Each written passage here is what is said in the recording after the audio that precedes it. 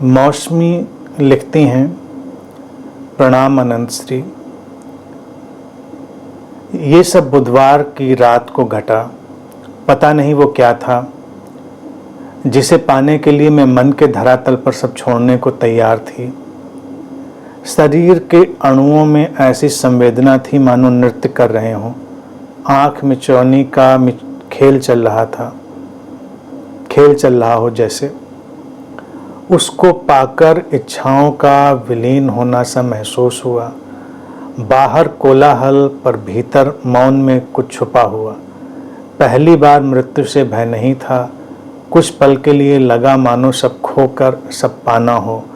अपने अंदर ही हर बंधन महसूस हुआ और उससे मुक्ति जैसे हर कृत्य रिश्ते में प्राण भर रही हो। मैं उस मरुस्थल सी प्यासी बस खिंची चली जा रही थी। मैं उसमें ठहरना चाहती थी लेकिन वो जा चुका था।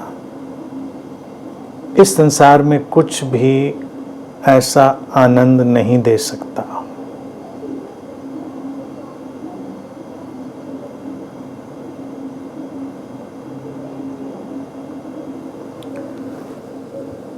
तो अच्छी बात है मौसमी, तुमने लिखा भी बड़ा पोएटिक, बड़ा काव्यात्मक है। जो हुआ सुंदर हुआ, तुमने उसको जिया, खुश हुई। वो चला गया, उसको जाने दो। तमाम अनुभव आते हैं, जाते हैं। तमाम चीज़ें हमको विस्तार देती हैं, हमको एक्सपेंशन देती हैं, सुंदर होती हैं। और किसी काल्पनिक दुनिया की झलकें आने से बेहतर है, जैसे कि शब्दों का तुमने चुनाव किया है, अगर उन्हीं शब्दों के माध्यम से हम बात कहें तो वो ठीक है। अपने विस्तार को अनुभव करना, शरीर की सीमाओं से परे किसी चैतन्य का अनुभव, बंधन और मुक्ति के सारे आयोजन हमारे भीतर हैं, इसको देख लेना। और एक ऐसा प्रसन्नता का प्रवाह जो किसी भी चीज़ पर आधारित नहीं है, ऐसा घटना, तो ये शुभ है, सुंदर है। अपनी प्रेजेंस से भर जाना है। बहुत सामान्य शब्दों में अगर इसको कहा जाए तो इतना ही कहा जाएगा। वो क्षण अपनी उपस्थिति से भर जाने का, प्रेजेंस से फुलफिल्ड हो जाने का है। जब भी हम अपनी प्रेजेंस से भर जाते हैं, अपनी उपस्थिति से हम पूरी तरह आपूरित हो जाते हैं, तो ऐसे ही विस्तार वाले, आह्लाद लाने वाले, हमको हमारी सीमाओं का अतिक्रमण करने वाले जो क्षण हैं वो घटते हैं। अब इनको पकड़ने की या इनको पकड़ के रखने की कोई इच्छा, कोई आकांक्षा नहीं होनी चाहिए।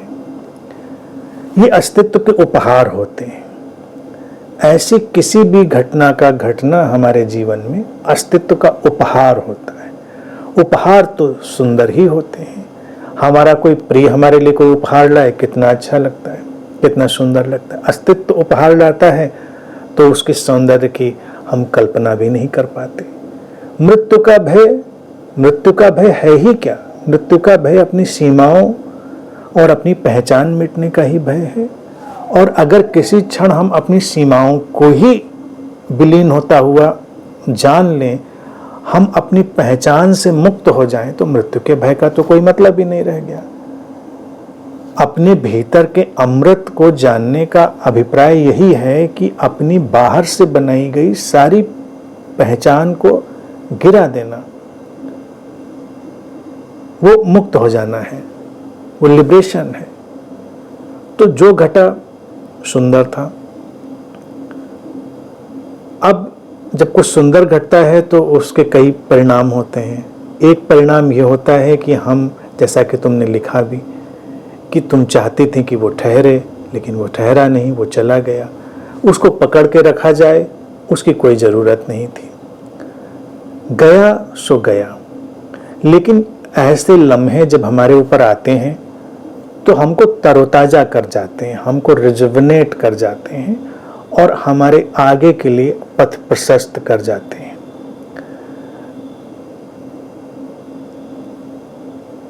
हृदय केंद्र इसलिए संवेदनशील हो जाता है, इसलिए वहाँ हमें एक विस्तार अनुभव होता है, क्योंकि वस्तुतः ये महसूस करने की चीज़ें हैं। जीवन में जब कुछ अनुभूति परक चीज़ें होती, अनुभूति वो नहीं जो बहुत सारे साइकोलॉजिकल एक्सपीरियंस है, मैं उसकी बात नहीं कह रहा हूँ। प्रेम भी एक अनुभूति है, शांति भी है, प्रसन्नता भी है। ये सारी चीज़ें, मैं जिन 4 सबसे महत्वपूर्ण बातों की जिक्र करता हूँ, उनको भी हम हृदय केंद्र से ही महसूस करते हैं। हमारे महसूस करने का सेंटर ही वही है। उसका संवेदनशील होना तो आवश्यक है, और उसमें एक संतुलन का आ जाना भी होता है, वो भी घटता है।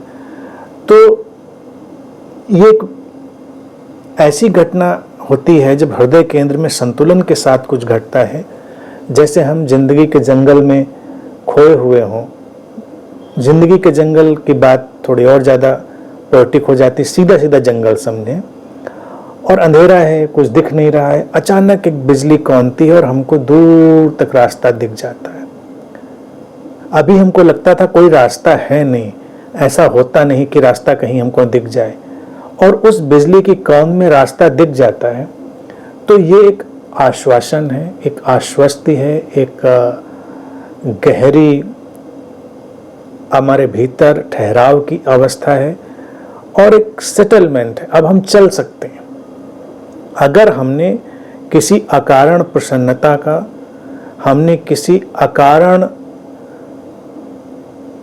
प्रेम का, अकारण घटी उस समश्वरता का, अकारण घटी उस शांति का अनुभव कर लिया है, तो अब हमारा अंतर्मन ये जानता है कि ये संभव है, तो हम चल सकते हैं। जंगल में कौंध के साथ रास्ता दिख जाता है तो चलना आसान हो जाता है।